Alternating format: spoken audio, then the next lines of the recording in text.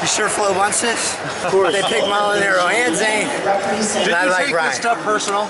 Yes, I did. Why? I was hurt.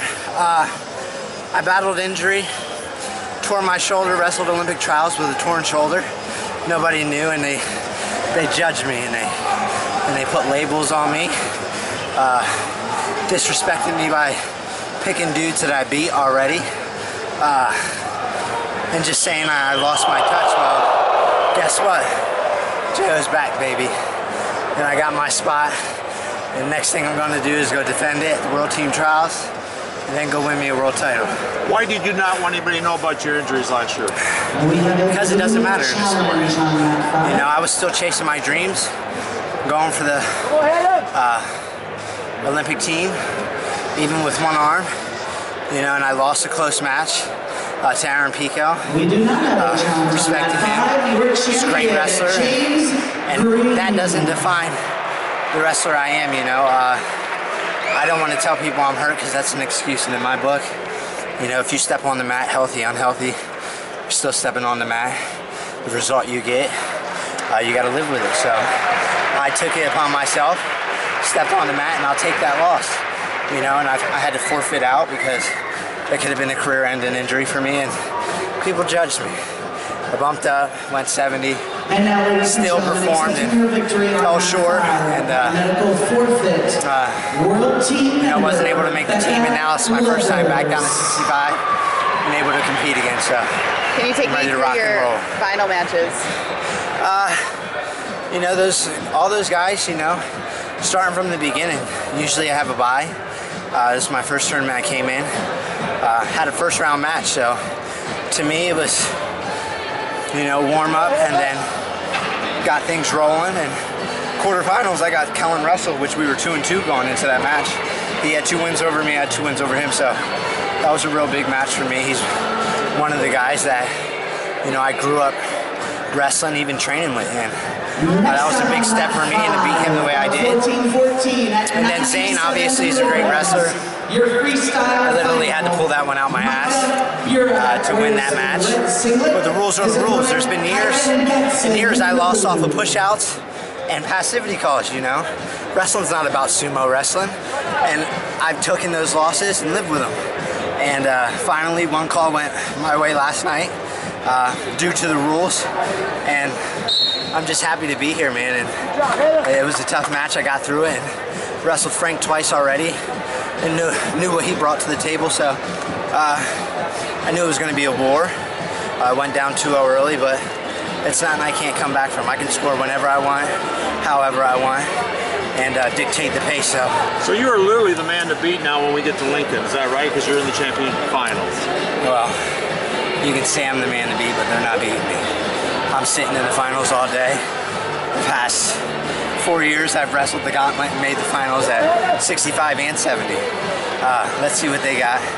Let's see if they wrestle through, and got to wrestle fresh Jordan Oliver 2 matches after wrestling all day. So talk about the weight cut, getting down to 65 for the first time in a long time. You know, what was the difference? I know you said that, you know, 146 never felt so good. You know, talk about that a little bit. And then I mentioned I got injured and wasn't able to wrestle to my full potential, but it was a curse but a blessing. You know, as a wrestler, everybody knows I've had my trouble making weight at times. And being hurt really matured me in the aspect of taking wrestling into a different view, you know.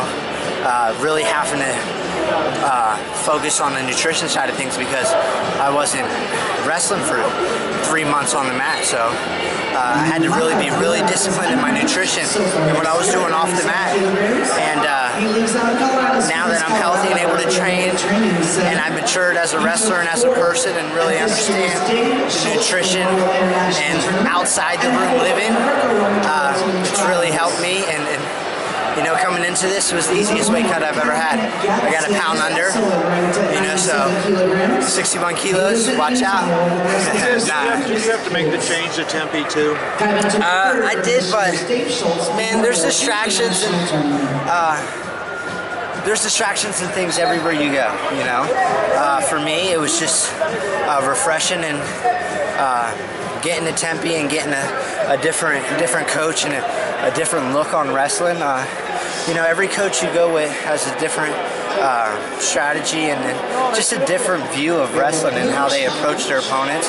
And getting to wrestle under Zeke and coming from wrestling under the greatest, Coach John Smith, and I still talk, hey, I give this all to my coaches, you know, Zeke, Heisling Garcia, John Smith, Eric Guerrero, because I wouldn't be the wrestler I am today without all those guys. So it definitely was a fresh start for me, and really helped me out because, you know, getting to work with different coaches and seeing different views and the way coaches approach things, it just developed me as a wrestler. And a lot of people thought it was a mistake for me, but obviously it's paying off.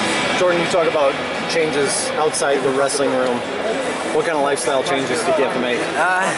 You know, the biggest part is nutrition and really just getting there in Tempe and having almost a life outside of wrestling, you know, being able just to have freedom and do whatever I wanted, and then come in the wrestling room and be rejuvenated and happy about wrestling. You know, getting out there in Tempe and being in that sun, man, just puts a smile on my face every day. I'll probably never leave that place.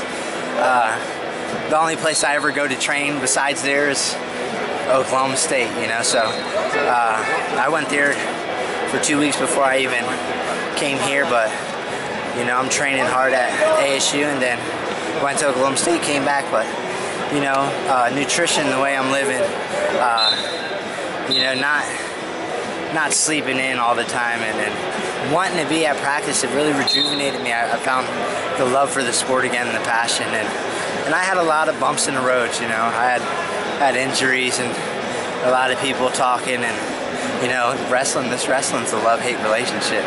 You know, 1 second they love you, the next second they can hate you and throw you down and stomp on you when you're down, you know. But it's been a roller coaster, man, and I just enjoy the process, and I'm gonna keep going with it.